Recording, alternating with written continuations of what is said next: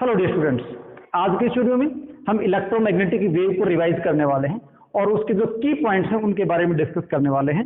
इसके जो basic concepts हैं उनको डिस्कस करेंगे और एग्जाम में किस टाइप के क्वेश्चंस इसके ऊपर आ सकते हैं उन सभी के बारे में हम डिस्कस करने वाले हैं।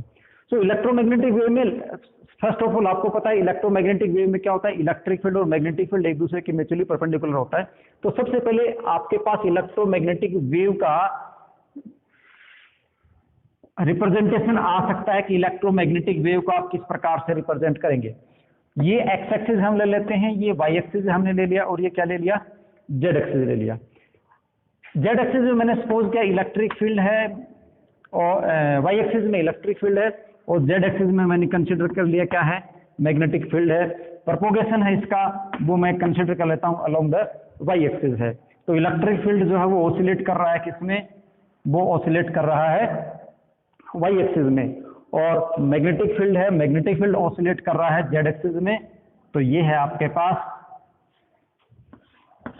ये हो गया मैग्नेटिक फील्ड, मैग्नेटिक फील्ड इधर ऑसिलेट कर रहा है और इलेक्ट्रिक फील्ड है वो इसमें ऑसिलेट कर रहा है। ये इलेक्ट्रिक फील्ड है इधर और ये आपके पास हुआ यहाँ पे मैग्नेटिक फील्ड। इस प्रकार से इलेक्ट्रोमैग्नेटिक वेव को आप रिप्रेजेंट करेंगे। अब देखिए इसके जो की पॉइंट्स हैं वो क्या है। जो सबसे पहले आपको इसमें एक मेन पॉइंट ध्यान में रखना है वो ये है कि इसकी जो वेलोसिटी होती है, डायरेक्शन ऑफ प्रोपोगेशन होती है, वो हम देंगे v is equal to E cross B. Important point है, इसके अकॉर्डिंग जो है आप इलेक्ट्रिक फील्ड की डायरेक्शन बता सकते हो, मैग्नेटिक फील्ड की डायरेक्शन बता सकते हो और इलेक्ट्रोमैग्नेटिक वेव की इक्वेशन भी आप इसके अकॉर्डिंग लिख सकते हो। v is equal to E cross B से हम इसको रिप्रेजेंट करते हैं। ओके, ठीक है। दूसरी बात, इलेक्ट्रोमैग्नेटिक वेव को हमने लिखा v is equal to E cross B. इसमें इलेक्ट्रिक फील्ड और मैग्नेटिक फील्ड जो एसोसिएट होते हैं उसका फॉर्मूला होता है E is equal to B C, E is equal to B C. E जहां पे क्या है, एम्पलीट्यूड ऑफ इलेक्ट्रिक फील्ड है, ये है मैग्नेटिक फील्ड और ये क्या है, speed of light. Electromagnetic wave में जो स्पीड ऑफ लाइट होती है C is equal to 1 divide by root of mu not epsilon not होती है। और यही स्पीड ऑफ लाइट किसी मीडियम में मुझे देना हो, v लिखूं या मैं सी एम लिखूं, एम फॉर मीडियम, तो ये फॉर्मूला हो जाता है 1 divided by root of mu epsilon, mu epsilon. और इसको फर्दर आप लिख सकते हो 1 divided by root of mu naught mu are epsilon naught epsilon r. अब आप सोचोगे कि ये कैसे, इसको मैं थोड़ा आपको एक बार बता दूं। जैसे आपने इलेक्ट्रोस्टैटिक्स में पढ़ा था कि डाइलेक्ट्रिक कांस्टेंट K होता है वो epsilon divided by epsilon not होता है और इस K को मैं बोल सकता हूँ relative electrical permittivity of the medium. क्या बोल सकते हैं, relative electrical permittivity of the medium बोल सकते हैं। तो यहाँ से एप्सिलॉन की वैल्यू आई epsilon naught into epsilon r, जो मैंने यहाँ पे लिखा है ये, ठीक है। इसी प्रकार से मैग्नेटिक फील्ड का हो जाता है। ये आपके पास हुआ। इसको फर्दर अगर आप और लिखना चाहो तो एग्जाम में ऐसे भी आ सकता है 1 divided by mu not epsilon naught को आप सी लिख सकते हो, तो C divided by root of mu are epsilon R, और सी की जो वैल्यू लिख दोगे फर्दर तो हो जाएगा 3 इंटू 10⁸ मीटर पर सेकेंड, ये होती ही है। तो v वेलोसिटी किसी भी मीडियम में आप इस फॉर्मूले से दे सकते हो। तो आपको पता चलता है यहाँ से कि जो वेलोसिटी होती है किसी भी मीडियम में वो रिलेटिव परमेबिलिटी और परमिटिविटी जो होती है मीडियम की उसके ऊपर डिपेंड करती है, ठीक है। जो एनर्जी होती है, एनर्जी डेंसिटी होती है इसमें इलेक्ट्रिक फील्ड की UE, इलेक्ट्रिक फील्ड की एनर्जी डेंसिटी वो होती है half epsilon not E square, half epsilon not E square. ये जो फॉर्मूला है ये एनर्जी डेंसिटी आप पैरेलल प्लेट कैपेसिटर में ड्राइव कर चुके हो, half epsilon not E square जो इलेक्ट्रोस्टैटिक्स आपकी यूनिट है वहां पे इस फॉर्मूले को हम ड्राइव कर चुके हैं। और मैग्नेटिक फील्ड की जो एनर्जी होती है इसमें मैग्नेटिक फील्ड की UB से रिप्रेजेंट करता हूं, वो होती है B square divided by 2 mu naught. ये एनर्जी डेंसिटी इलेक्ट्रिक फील्ड की, ये एनर्जी डेंसिटी किसकी है, मैग्नेटिक फील्ड की। यहां से क्वेश्चन, एक इंपॉर्टेंट क्वेश्चन आपके पास आता है और वो क्वेश्चन कुछ इस प्रकार से आता है कि आपसे प्रूव करवाएगा कि show that energy density of electric field and magnetic field in electromagnetic is same. मतलब आपसे कुछ इस प्रकार से प्रूव करवाएगा कि जो UE है वो किसके बराबर है, UB। ये आपको प्रूव करना है। स्टेटमेंट को आपको थोड़ा सा ध्यान देना, स्टेटमेंट को मॉडिफाई करके एग्जाम में पूछ सकता है इलेक्ट्रिक फील्ड और मैग्नेटिक फील्ड की डेंसिटी में, ये भी पूछ सकता है कि एनर्जी के लिए डिस्ट्रीब्यूटेड होती है इलेक्ट्रिक फील्ड में मैग्नेटिक फील्ड में, आप प्रूव करके दिखाओ। बेसिकली पूछने का मकसद उसका यही होगा कि आपको यूई और यूबी प्रूव करना है। कैसे करेंगे इस क्वेश्चन को, तो देखिए आप यहाँ से देखते हो इलेक्ट्रिक फील्ड के एनर्जी डेंसिटी को मैग्नेटिक फील्ड की एनर्जी डेंसिटी के बराबर हमें प्रूव करना है। तो आपकी चॉइस है, चाहे तो आप इसको लेके शुरू कर दो चाहे इसको लेके शुरू कर दो, ठीक है। मैं लेके चलता हूँ energy density of electric field, वो होती है 12 एप्सिलॉन नॉट ई स्क्वायर, ठीक है। जब इसको आप प्रूव कर रहे हो तो आपके दिमाग में दोनों फॉर्मूले होने चाहिए। इलेक्ट्रिक फील्ड की जो एनर्जी डेंसिटी होती है वो इतनी होती है, ये एनर्जी डेंसिटी है इलेक्ट्रिक फील्ड की, ये एनर्जी डेंसिटी किसकी, मैग्नेटिक फील्ड की। दोनों फॉर्मूले आपके दिमाग में होने चाहिए, तभी आप इसको इजीली सोल्व कर पाएंगे। U is equal to 12 epsilon not E square हुआ, okay, that is equal to 12 epsilon not E को हम क्या लिख सकते हैं, ई को हम लिख सकते हैं BC, ई को क्या लिख सकते हैं BC, इसको मैं लिख दूंगा B स्क्वायर C स्क्वायर। अब मेरा जो फॉर्मूला है, फॉर्मूले में मुझे क्या चाहिए था, क्योंकि इसको मुझे मैग्नेटिक फील्ड की उसकी एनर्जी डेंसिटी के बराबर प्रूव करना है, और मैग्नेटिक फील्ड की एनर्जी डेंसिटी का फॉर्मूला है 1/2 B square divide by mu not. B square मेरे पास आ चुका है 1/2, ये दो टर्म एक्स्ट्रा आ रही हैं, इनको एलिमिनेट करना है। तो देखिए यहाँ से मैं C को क्या लिख सकता हूँ, C का फॉर्मूला है 1 divide by mu not epsilon not. तो फर्दर हम इसको लिख सकते हैं 1 divide by 2 epsilon not B square, और C स्क्वायर को मैं लिख दूंगा म्यू नॉट एप्सिलॉन नॉट। क्या लिख दूंगा, म्यू नॉट एप्सिलॉन नॉट। यहाँ से एप्सिलॉन नॉट कैंसिल हुआ, हमारे पास ये बचा B square divide by 2 mu naught, और ये किसके बराबर है, ये UB के बराबर है। तो यहाँ से प्रूव होता है कि इलेक्ट्रिक फील्ड की एनर्जी डेंसिटी और मैग्नेटिक फील्ड की जो एनर्जी डेंसिटी है वो दोनों बराबर होती है। इस प्रकार का क्वेश्चन आता है। नेक्स्ट जो इसके अंदर पॉइंट आता है, आपसे पूछेगा फेज रिलेशन। नेक्स्ट क्वेश्चन क्या है, फेज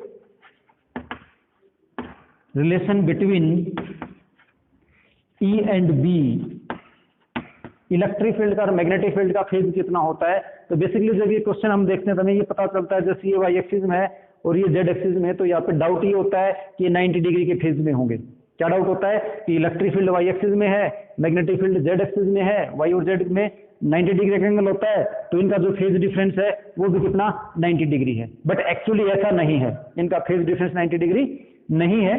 क्या है फेज डिफरेंस इनका, हमें वो देखना है। देखिए दोनों यहां से 0 से स्टार्ट होते हैं, दोनों कब स्टार्ट होते हैं, 0 से स्टार्ट होते हैं। जब ये मैक्सिमम होता है तो ये भी मैक्सिमम है, जब ये इलेक्ट्रिक फील्ड 0 पे आता है तो मैग्नेटिक फील्ड भी 0 के ऊपर आ जाता है। इट मींस दोनों की जो मिनिमम पोजीशन है वो एक साथ है, मैक्सिमम पोजीशन दोनों की एक साथ है, और दोनों का जो 0 पॉइंट है वो भी एक साथ है। इसका मतलब ये हुआ कि ये दोनों के दोनों सेम फेज में हैं। तो फेज कैसा रहेगा इनका, तो आंसर क्या रहेगा, सेम फेज। ये दोनों किस में है, सेम फेज में है। ओके ठीक है, तो ये क्वेश्चन इसके अंदर आ गया। अब इसमें एक क्वेश्चन ये आता है कि आपको इलेक्ट्रोमैग्नेटिक वेव में क्या करेगा, इलेक्ट्रिक फील्ड की इक्वेशन दे देगा।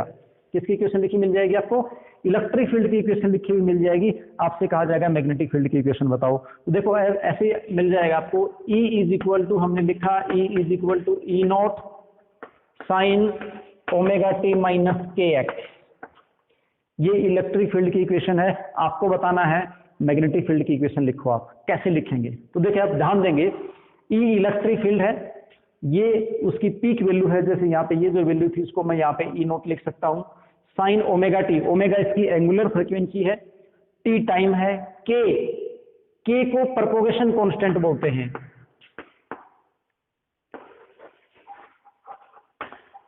प्रोपोगेशन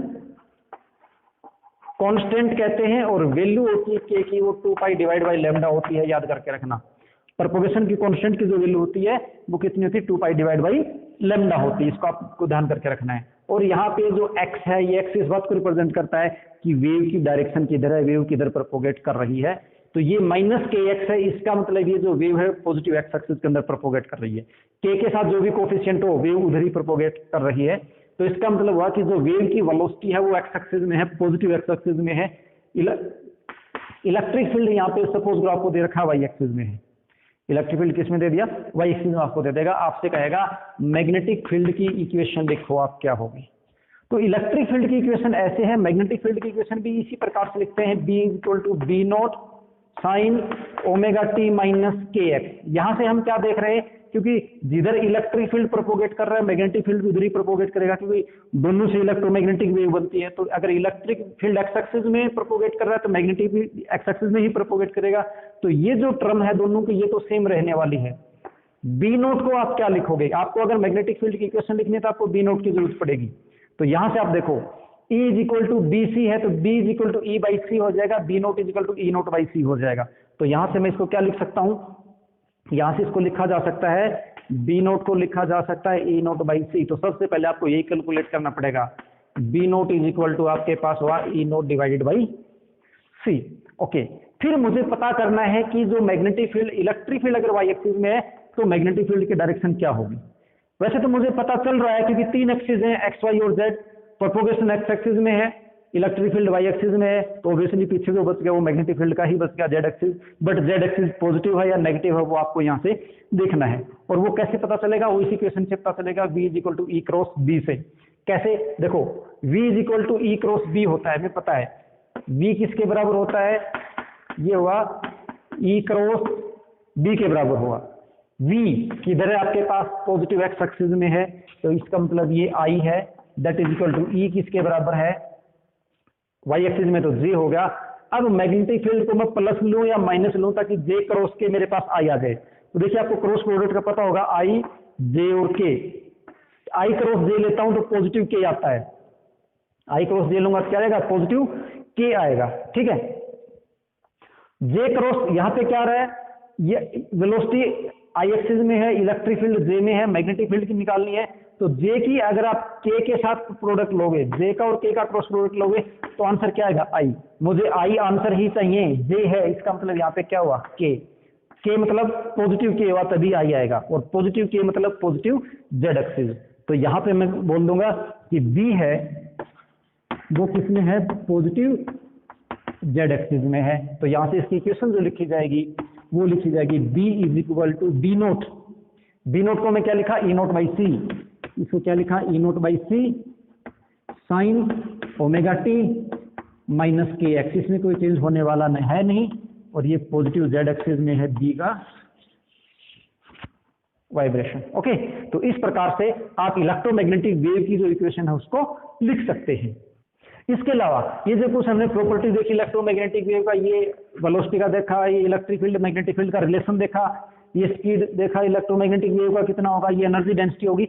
एक इलेक्ट्रोमैग्नेटिक वेव का मोमेंटम और प्रेशर के बारे में भी क्वेश्चन आता है आपके पास कि एक इलेक्ट्रोमैग्नेटिक वेव का मोमेंटम कितना होगा या उसका प्रेशर कितना होगा, उसके बारे में क्वेश्चन आता है। तो वो देखो कैसे करेंगे, जो इलेक्ट्रोमैग्नेटिक वेव का मोमेंटम होगा P, वो होगा energy divide by speed of light. P किसके बराबर हो जाएगा, energy divide by speed of light. रट्टा मारने की जरूरत नहीं है, कैसे याद करोगे, देखो मोमेंटम का formula P is equal to mv formula होता है, P किसके बराबर होता है, mv के बराबर होता है। और अगर मुझे स्पीड ऑफ लाइट लेना हो तो ये किसके बराबर हो जाएगा, mc के बराबर हो जाएगा। ठीक है, एनर्जी ऑफ वेव बोला है आइंस्टाइन के according E is equal to होता है mc स्क्वायर, E का फॉर्मूला क्या हुआ, mc स्क्वायर, और mc स्क्वायर को c से डिवाइड करोगे तो मोमेंटम आ जाएगा, c कैंसिल c, mc क्या बचा, मोमेंटम। तो P is equal to E divide by C. इस प्रकार से आप इसका जो मोमेंटम है वो लिख सकते हैं। अब यहाँ से आपको एक बात ध्यान देना है, P is equal to E by C हमारे पास हुआ मोमेंटम का फॉर्मूला, कई जगह आपको U बाई सी भी लिखा हुआ मिल जाएगा। अब अगर आपके पास सरफेस जो है, लाइट रे किसी सरफेस पे स्ट्राइक करती हैं और स्ट्राइक करके उस सरफेस में ही अब्जॉर्ब हो जाती है कंप्लीटली, तो मोमेंटम हो गया E डिवाइड बाई सी। लेकिन अगर लाइट किसी सरफेस पे गई और वहां से परफेक्टली रिफ्लेक्ट हो गई, जैसे मान लीजिए ये मिरर है, इलेक्ट्रोमैग्नेटिक वेव आई, सरफेस पे स्ट्राइक हुई और यहाँ से वापस 100% उसका रिफ्लेक्शन हो गया, तो उस दौरान जो मोमेंटम होगा ऑन कंप्लीट, मैं लिख देता हूं यहाँ पे, ऑन कंप्लीट रिफ्लेक्शन, अगर कंप्लीट रिफ्लेक्शन होगा तो मोमेंटम जो होगा वो 2e डिवाइडेड बाई सी होगा। क्या होगा, 2e डिवाइडेड बाई सी। अब आप सोचोगे सर 2e डिवाइडेड बाई सी कैसे, इसको भी रट्टा नहीं मारना।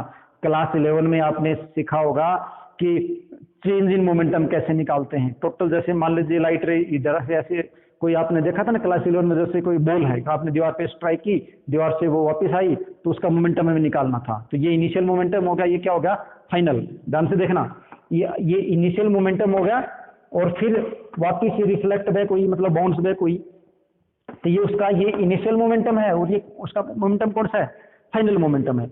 इनिशियल मोमेंटम को अगर मैं पॉजिटिव लेता हूं तो फाइनल मोमेंटम को क्या ले लूंगा मैं, नेगेटिव ले लूंगा। तो यहाँ पे मेरे पास जो चेंज आएगा मोमेंटम का, जो फाइनल मोमेंटम होने वाला है वो P final minus P initial होने वाला है। तो फाइनल की डायरेक्शन को अगर मैं पॉजिटिव मानूंगा तो इनिशियल की डायरेक्शन क्या हो जाएगी, नेगेटिव। एक को पॉजिटिव मान लो, दूसरा अपने आप क्या हो जाएगा, नेगेटिव। अगर इसको मैंने पॉजिटिव मान लिया तो ये क्या हो जाएगा, नेगेटिव। अब क्योंकि एक पॉजिटिव है यहाँ पे, अगर इसको मैं पॉजिटिव मानूंगा तो ये नेगेटिव हो जाएगा। तो डेल्टा P मेरे पास कितना आ जाएगा, वो आ जाएगा P final minus into minus P initial.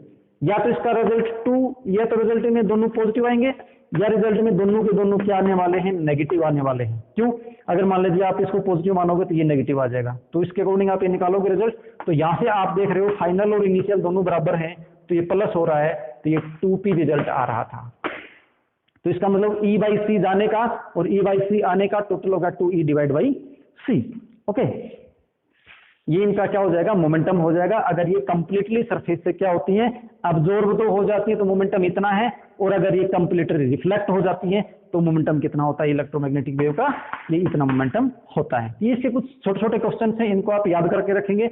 Electromagnetic wave का कोई क्वेश्चन आपका गलत नहीं होगा एग्जाम में, 5 मार्क्स से लगभग आप अपने पक्के समझ के चलो। इसके अलावा इलेक्ट्रोमैग्नेटिक वेव को कैसे प्रोड्यूस किया जाता है, कौन सी इलेक्ट्रोमैग्नेटिक वेव को कैसे प्रोड्यूस करते हैं, तो वो जो साइड में चार्ट दे रखा है आपको, इस चार्ट को देख के आप इसको याद कर लें कि कौन सी इलेक्ट्रोमैग्नेटिक वेव कैसे प्रोड्यूस होती है। और इसके अलावा जो मेन इलेक्ट्रोमैग्नेटिक वेव्स हैं आपकी, उन इलेक्ट्रोमैग्नेटिक वेव्स को आप याद करके उनके जो मेन यूजेस हैं, जैसे रेडियो वेव कम्युनिकेशन में यूज होती है, एक्सरेज होती है, मेडिकल इंडस्ट्री में यूज होती है, अल्ट्रावायलेट वेव्स होती हैं वो वाटर प्यूरिफिकेशन में होती हैं, IR रेडिएशन जो होती है वो आई सर्जरी में यूज करते हैं, नाइट फोटोग्राफी में यूज करते हैं। तो अलग अलग जो इलेक्ट्रोमैग्नेटिक वेव्स हैं उनके यूजेस क्या हैं, उनको आप याद करके रखें। यूजेस में से एक क्वेश्चन जरूर आने वाला है, एक 2 नंबर का या 3 नंबर का क्वेश्चन आएगा तो इसके ऊपर आ सकता है। तो ऐसे करके इसको एक बार आप रिवाइज कर लेंगे तो आप मान के चलो आपके 5 मार्क्स जो है वो पूरे हो जाएंगे।